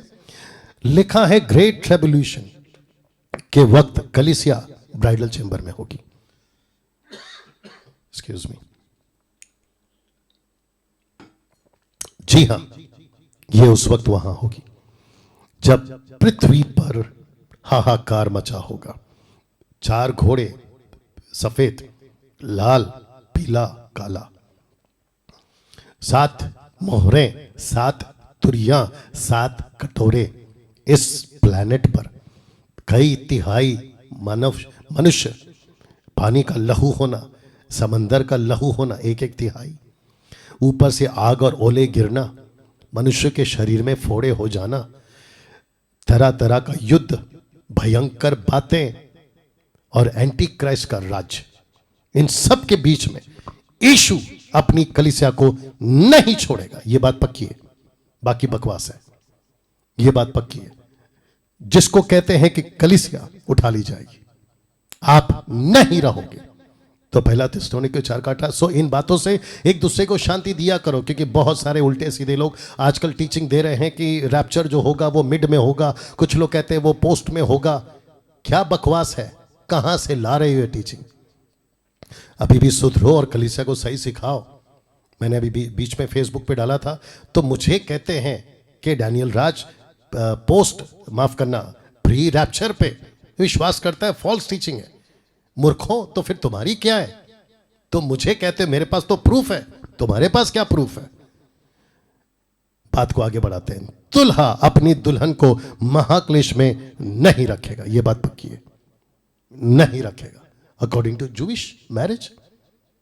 या स्टेप नंबर 12, हम नजदीक आ गए अभी समाप्ति के। 7 दिन के बाद वो सबके सामने प्रकट होंगे, दोनों लड़का लड़की अचानक से साथ में आ जाएंगे, सबके सामने आ जाएंगे और सबको प्रकट कर देंगे। अब इसका कनेक्शन एक्लीसिया से कैसे रख रहा हूं? Second coming of Jesus Christ publicly, ये है इसका कनेक्शन। मत्ती 24:30 में आइए पढ़ते क्या लिखा है। लिखा है, तब मनुष्य के पुत्र का चिन्ह आकाश में दिखाई देगा, तब पृथ्वी के सब कुलों के लोग छाती पीटेंगे, मनुष्य के पुत्र को बड़ी सामर्थ और ऐश्वर्य के साथ आकाश के बादलों पर आते देखेंगे। लिखा है सब सब सब कुलों के लोग, सब सब। कलीसिया कहां है? मसीह के साथ में। लिखा है याद रहे दुल्हन साथ में होगी जब वो पब्लिकली आएगा। कब? जब इजरायलियों को लेने आएगा। और ऐसा होगा मत्ती 1:24-31 के अंदर, वह तुरही के बड़े शब्द के साथ अपने दूतों को भेजेगा। ये दूत, ये तुरही परमेश्वर की तुरी नहीं है। अगर होती तो लिखा जाता, जैसे लिखा है पौलुस ने कि परमेश्वर की तुरी, ये स्वर्ग दूतों की तुरी है, तो लिखा दूतों को भेजेगा और वे आकाश के इस छोर से उस छोर तक चारों दिशा से उसके चुने हुओं को इकट्ठा करेंगे। ये कब होगा? इजरायली यहूदियों का रैप्चर ये कब होगा? ये दुल्हन के 7 साल के बाद, जब ब्राइडल चेंबर यानी कि 7 साल का महाक्लेश, जब एंटीक्राइस्ट नीचे होगा, उसके बीच में 1,44,000 प्रचार करेंगे, उसके बीच में 2 गवाह 2 विटनेसेस प्रचार करेंगे, उनमें बहुत सारे इजरायली मन फिराएंगे, यीशु को अपना जीवन देंगे। उस टाइम पे यीशु कहेगा कि मैं अपने चुने हुए को लेकर आऊंगा। 12 गोत्र 1,44,000, इसका जिक्र प्रकाशित वाक्य 7, प्रकाशित वाक्य 14 दोनों में जिक्र है और दोनों पैरेलल है, एक ही घटना है, दोनों अलग अलग जगह पे लिखा है। मत्ती 24:40-41 में, उस समय 2 जन खेत में होंगे, एक ले लिया जाएगा, दूसरा छोड़ दिया जाएगा। 2 स्त्रियां चक्की पीसती होंगी, एक ले ली जाएगी, दूसरी छोड़ दी जाएगी। कुछ मूर्ख टाइप के अधूरे ज्ञान के प्रचारक कहते हैं कि ये है रैप्चर कलीसिया का। ये नहीं है रैप्चर कलीसिया का, ये इजरायलियों का रैप्चर है। गड़बड़ मत करिए। लूका 17:34, मैं तुमसे कहता हूं उस दिन उस रात 2 मनुष्य एक खाट में होंगे, एक ले लिया जाएगा, दूसरा छोड़ दिया जाएगा। 2 स्त्रियां चक्की पीसती होंगी, एक ले ली जाएगी, दूसरी छोड़ दी जाएगी। जो 2 जन खेत में होंगे, एक ले लिया जाएगा, दूसरा छोड़ दिया जाएगा। ये बात हो रही है इजरायलियों की। हद है साहब, मूर्खों की, प्रचारकों की संख्याओं की। सेकंड लास्ट स्टेप 13वां, फिर शुरू होता है विवाह का बोझ, जिसको कहते हैं दूल्हा दुल्हन डिक्लेयर करते हैं सब कुछ ठीक है, दुल्हन बिल्कुल साफ है, उसमें किसी प्रकार का कोई दोष नहीं है। मेरी बात को समझिए, मैं इशारे में बात कर रहा हूं। सफ़ेद कपड़ा साफ है, आगे आप समझ गए होंगे, और जिसके चलते जो है इसमें कोई दोष नहीं है। अब दूल्हा दुल्हन एक हो गए हैं, डिक्लेयर करते हैं अब हम तुमको पार्टी देंगे। तो इसका कनेक्शन एक्लीसिया से कैसे? प्रकाशित वाक्य 19:9, उसने मुझसे कहा यह लिख कि धन्य है वे जो मेमने के ब्याह के बोझ में बुलाए गए हैं। विवाह के बोझ में, मेमने और दुल्हन के विवाह के बोझ में। फिर उनसे कहा यह वचन परमेश्वर के सत्य वचन है। स्टेप नंबर 14 लास्ट, अंत में दुल्हा दुल्हन को ले जाता हमेशा के लिए। इसका कनेक्शन एक्लीसिया से कैसे? आइए रखता हूँ। प्रकाशित वाक्य 21:6, फिर उसने मुझसे कहा ये बातें पूरी हो गई हैं, मैं अल्फा ओमेगा हूँ, आदि और अंत हूँ। मैं प्यासे को जीवन जल के सोते से सेहत में देता हूँ। रुको, जो जय पाए वही उन वस्तुओं का वारिस होगा, मैं उसका परमेश्वर होऊंगा, वो मेरा पुत्र होगा। इसका मतलब है जो जय पाएगा वो हमेशा के लिए मसीह के साथ अनंत काल का जीवन बिताएगा। ना दोस्तों, अब प्रश्न उठता है कहाँ मिला था मूसा को कि इजरायली पत्नी है? एंशिएंट जूइश वेडिंग का कॉन्सेप्ट का प्रकाशन कहाँ मिला था? यहूदी विवाह का प्रकाशन कहाँ मिला था? सीने पहाड़ पर, माउंट जाइन। मूसा को यहूदी विवाह का नियम यहाँ मिला था। निर्गमन 24:9, तब मूसा, हारून, नदाब, अबीहू इजरायलियों के 70 पुरनिये गए, ऊपर गए, रैप्चर, ऊपर गए। इजराइल के परमेश्वर का दर्शन किया। उसके चरणों के तले नीलमणि का चबूतरा सा कुछ था, आकाश के तुल्य ही स्वच्छ था। उसने इजरायलियों के प्रधानों पर हाथ ना बढ़ाया। तब उन्होंने परमेश्वर का दर्शन किया और खाया पिया, पार्टी, खाया पिया, प्रीति भोज या विवाह का भोज, खाया पिया। और यहाँ पे परमेश्वर ने बहुत सारे प्रकाशन मूसा को दिए थे, जिसमें लिखा है डिटरनॉमी 29:29। सब कुछ नहीं लिखा गया, जितना लिखा गया काफ़ी है। अब बात करते हैं पौलुस को ये प्रकाशन, जिसने कहा ये भेद बड़ा है, तो लिखा है सीने पहाड़ पर। पौलुस को कलीसिया के विवाह का नियम मिला, तो मूसा को भी मिला सीने पहाड़ पर, कंफर्म हो गया। बट अभी प्रश्न उठता है कि पौलुस को सीने पहाड़ पर, पौलुस कब गया था सीने पहाड़ पर, यानी कि माउंट जाइन? रख रहा हूं 2 कुरिन्थियों 11:2 के मुताबिक, क्योंकि मैं तुम्हारे विषय में ईश्वरीय धुन लगाए रहता हूं, इसलिए कि मैंने एक ही पुरुष से तुम्हारी बात लगाई है कि तुम्हें पवित्र कुंवारी के नाई मसीह को सौंप दूं। तो यहां पर बात हो रहा है कलीसिया का और यीशु का। एक पुरुष यानी कलीसिया, या माफ करें यीशु, पवित्र कुंवारी यानी कलीसिया, मसीह की कलीसिया, दुल्हन एक्लीसिया। अब प्रश्न उठता है कि इसको ये स्टेटमेंट देने का हिम्मत, प्रकाशन, जज्बा, कॉन्फिडेंट कहां से आया? रख रहा हूं। लिखता है गलतियों 1:16, जब इच्छा हुई कि मुझ में अपने पुत्र को प्रकट करे, मैं अन्य जातियों में उसका सुसमाचार सुनाऊं, तो मैंने मांस और लहू से सलाह नहीं ली। मतलब वहां के पादरियों से, वहां के सो कॉल्ड पास्टरों से मैंने सलाह नहीं ली। वचन 17, और ना यरूशलेम को के पास गया जो मुझसे पहले प्रेरित थे, पतरस, याकूब, योना जो भी थे उनके पास नहीं गया। याकूब बाद में मर गया, वो बात अलग है। पर तुरंत अरब को चला गया। अरब क्यों रखूंगा। फिर वहां से दमिश्क को लौट गया और अरब में और दमिश्क के बीच में 3 साल तक पौलुस यरूशलेम नहीं आया। 3 साल तक। आगे लिखा है, आप लोग पढ़ लीजिएगा, गलतियों 4:25। इसी में, इसी पुस्तक में कहता है, हजीरा मानो अरब का सीने पहाड़। तो अरब को गया, अरब को इसलिए गया क्योंकि अरब में सीने पहाड़ है, जायन, माउंट ऑफ जायन। लीजिए, आज ये यहां है सऊदी अरेबिया में। और मूसा ने जो लकड़ी मारी थी, ये वही पत्थर है जहां से पानी आया था। कैसा लगा? या अब अंत में जो बहुत इंपॉर्टेंट है, मत्ती 16:18। अब मैं तुझसे कहता हूं पतरस कि तू पतरस है और मैं इस पत्थर पर, शब्द को ध्यान देना, अपनी कलीसिया बनाऊंगा। इंग्लिश ट्रांसलेशन कहता है I will build my church. तो बिल्ड करने के लिए कुछ चीजें चाहिए होती, ईंट, रेती, पत्थर, सलिया, स्टील, पता नहीं क्या क्या। यीशु कैसे बिल्ड करेगा? रख रहा हूं अर्थ, लोगों को जोड़ता रहूंगा। कहां लिखा है? एक्ट्स चैप्टर 2:47 कहता है, जो उद्धार पाते थे उनको प्रभु प्रतिदिन उनमें मिला देता था। किसमें? अपनी कलीसिया में। क्यों? देखिए चित्र को, 1 कुरिन्थी 12:27। इसी प्रकार तुम सब मिलकर मसीह की देह हो, अलग अलग उसके अंग हो, मसीह की देह हो। तो ये जो total population, tribe, language, people, nation, 800 crore का पॉपुलेशन है दुनिया का आज। ये सब को यीशु कहता है उद्धार पाओ, मेरे साथ जुड़ जाओ, बी अ वन बॉडी, और मैं एक दिन आऊंगा, तुमको दुल्हन की तरह ले जाऊंगा। वाह! आइए प्रार्थना करते हैं। सृष्टिकर्ता पिता, मैं आपका धन्यवाद देता हूं। प्रभु जी, मैं जानता हूं इस वीडियो से और स्टडी से परमेश्वर कई लोगों का जीवन बदले, कई लोग सत्य को जाने, आपके नजदीक आ जाएं और प्रभु जान सकें कि तू एक दिन बादलों पर आने वाला है।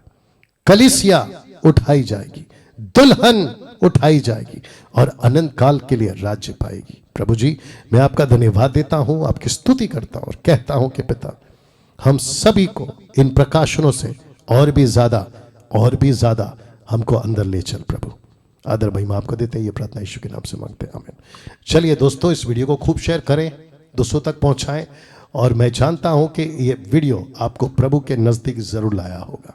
अपना ख्याल रखें, अगली वीडियो के साथ फिर मुलाकात होगी।